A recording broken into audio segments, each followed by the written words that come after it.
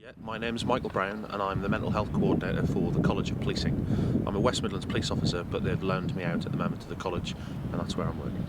If you look back over the last sort of 15 years, if you look back over the length of my career, we've seen numerous serious incidents and disasters that have happened. Fatal shootings of people who are mentally ill, restraint-related deaths in police custody, as well as a phenomenal number of other less high-profile incidents. And the current estimates are that policing is perhaps 20% connected to incidents which are involving somebody who's got a mental health problem. And over the last 10 years, I've spent 3.5 of that working on policy procedure training, guidelines on mental health. And in 2011, I started using social media to try and really bang the drum loudly about all the different problems and issues that there were.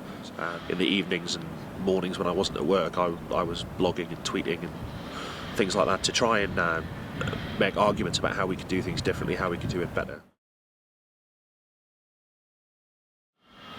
It's about the use of force. It's obviously an extremely controversial thing to do, to use physical force and coercion on vulnerable people who are often medically ill, in extreme conditions of mental distress and so on. And we think now about British police officers walking around carrying taser, and whether people agree that that's a good thing or a bad thing. The fact is that came from other high-profile events where the police shot and killed people with mental health problems who were brandishing weapons and representing a very serious risk.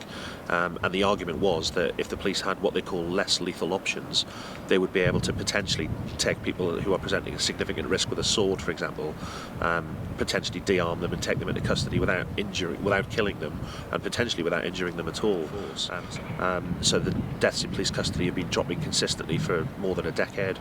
And it's fair to say that all around the country, every day, there are incidents of the police dealing with very serious disturbances and threat-based incidents, and it doesn't even make the headlines because it's very professionally and successfully dealt with.